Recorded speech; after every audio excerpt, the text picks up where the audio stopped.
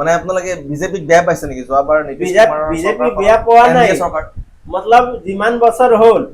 BJP হৈ আপোনাৰ Nitish Kumar party হৈ ইয়াৰ লালুৰ পাৰ্টি হৈ এই ডাঙৰ ডাঙৰ ফেক্টৰী কিবা কিবি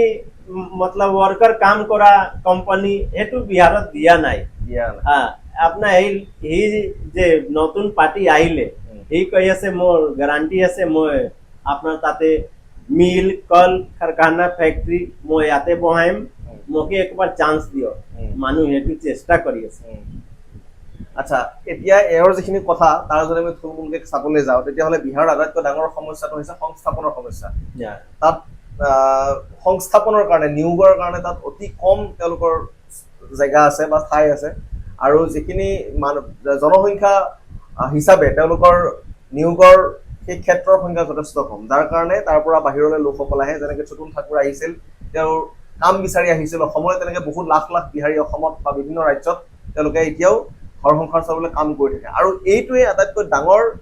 প্ৰতিবাৰে বিহাৰৰ নিৰ্বাচনত এইটো এটা ডাঙৰ তেওঁলোকৰ প্ৰতিটো দলৰ কাৰণে ডাঙৰ প্ৰতিশ্ৰুতি আৰু মুদ্ৰা হৈ পৰে যে সংস্থাপন